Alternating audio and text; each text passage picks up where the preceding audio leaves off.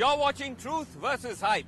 We are in Sri Lanka, where unbelievably, the age of the Rajapaksas is over, bringing with it the promise of sweeping change. But the forces that propelled the new president to victory include some of Sri Lanka's most entrenched political interests, as well as ultranationalists from both sides. Over the next 30 minutes, exclusive interviews with the men who matter in the new Sri Lanka. Interviews that reveal that the island's fault lines haven't entirely gone away, nor has the ghost of its former dictator. On the day we landed in Sri Lanka, in the headlines, a new government taking shape, jostling for space, with a conspiracy hatched the night the results came in.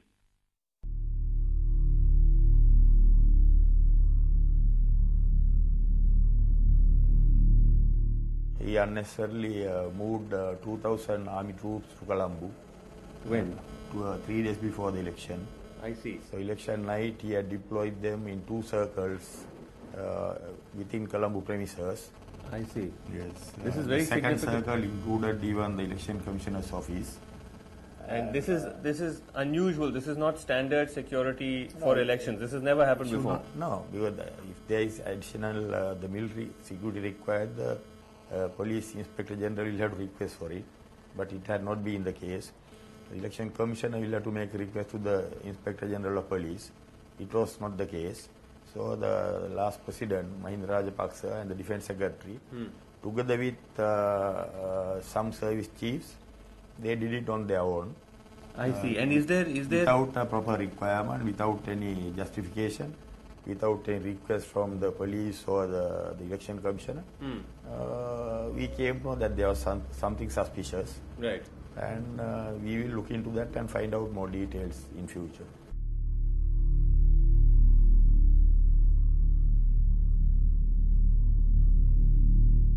Yeah, we have reliable information from those who are actually in attendance that there was a discussion between the president, his brother, the former foreign minister, and also Mr. Piris, Professor Piris, provincial councillor by the name of Gammampila, on declaring a state of emergency while the counting of the final results of the presidential election was going on. Right. And this meeting took place where? At Temple Trees, which was... At the official residence? No, one of the official residences, one of the many official residences of President Rajapaksa. And this took place, according to you, the 9th or the early hours of the 9th January. Then, of course, we later heard that that the Attorney General, along with the Inspector General of Police and the Army Commander, was summoned around 4 a.m. in the morning. And I think there was an attempt to get them on board. On board, exactly. And thanks, I mean, to the courage of these gentlemen, they refused to do so. They vehemently opposed any such move, and I was told that the Attorney General himself had said that this amounts to treason and he would not have any part in it. And even the Inspector General of Police had expressed the same kind of sentiments, and the Army Commander, and they had said that they cannot issue orders for their men to take part in this conspiracy. It's only after the coup idea was abandoned, they say, that Rajapaksa made a call to this man. President Rajapaksa sent me a message wanting me to give him a telephone call that he had lost the elections. Right. I replied that I'll come there and discuss the transition with him rather than do it over the phone. So when I came here, President Rajapaksa conceded defeat and we discussed the details of the transition. No, there was no such a meeting, but various people came to speak to him right throughout the night. I mean, it's normal for when there's an election going on, and at the end of the election, always the people the government officials, they always come and talk. So then, therefore, but you're saying that there was a meeting of these people, they were there I wasn't there at that time because I was in my constituency to confirm saying that these people were there. But there were so many people who came to wish him, talk to him and speak about what's going to happen next. Day before I filed a formal complaint and gave a statement to the police. And they will now start collecting. They must start the investigation and take statements from those who were And he states evidence against former President Rajapaksa. Will you act against? Well, the law, I mean, we have promised that the rule of law will be restored in this country, and if there is evidence, the law must take its course. On one hand, the threats of action. On the other, Sirisena leaving a meeting where he became the head of Mahinda Rajapaksa's party, the SLFP, as the man whom he defeated steps aside. Sir, just one question. Sir, Mr. Sirisena. Sir, just one question. The deal struck at a meeting late Thursday night between old president and new, making the current president the head of Sri Lanka's opposition party. What this means in effect is that as we speak, Sri Lanka does not have an opposition. At the venue of the handover, it is hard to tell between supporters of the old regime versus the new.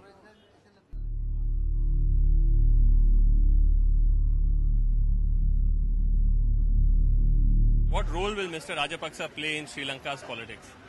As the patron of the party, I think definitely he will guide the party. Yes, so he is also the patron of the Sri Lanka Freedom Party. Right. But the chairman has now been elected as Mr. Sirisena. He has become the chairman. Yes. Yeah, but yet the patron is there to advise, no? He's there to advise. Yeah, why not? But it's a very interesting situation because they both fought each other and now they are both part of the same party. That is exactly the tradition of politics, no? In hindsight, do you feel that was a mistake? That's what I'm asking you. Well, see, I mean, there's two ways to look at it. I mean, if you want to look at fault and blame each other, you know, of course, someone who wants to do that can look at it as a mistake. But at the same time, there were people, and at the same time, everyone believed when we were winning the elections that the war was ended because of this bond within the family. That's a very, very unusual and odd argument to make, that the war was won because it was a family-run government. I mean, how? No, it's not because of the family-run government. What I'm saying is the coordination. Not because of the coordination. I mean, any government, any leader needs someone who they can trust as the Secretary of Defense, right? So with that, it was my father was able to take strong decisions as an individual, along with the leaders of the government. But the leader need to have someone who they can trust. But surely, in a modern democracy, you need to trust your colleagues, not necessarily family. That's a very, if I may say so, feudal argument, Namal. No, I mean, see, we trusted each other. Okay. But if the argument that I can ask you is it a crime that I became the president's son? You're saying you're a transition government, but many believe it's a Wickramasinghe government because all the cabinet ministers are from your party. No, the major party, as you said, was UNP. So therefore, the major number of ministers are from the UNP. But we did set apart a number of ministries to be offered to the members who supported President Rajapaksa in the SLFP. Those with the biggest stake in change, Sri Lanka's minorities.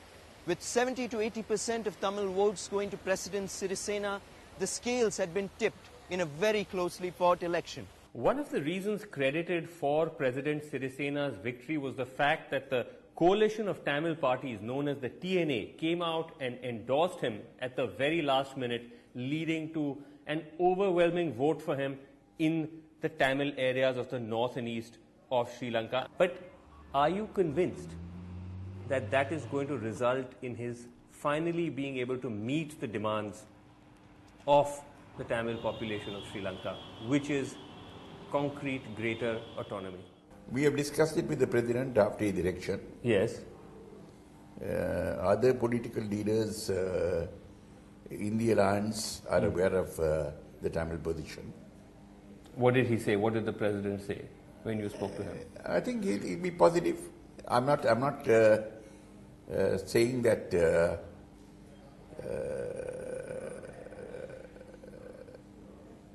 he would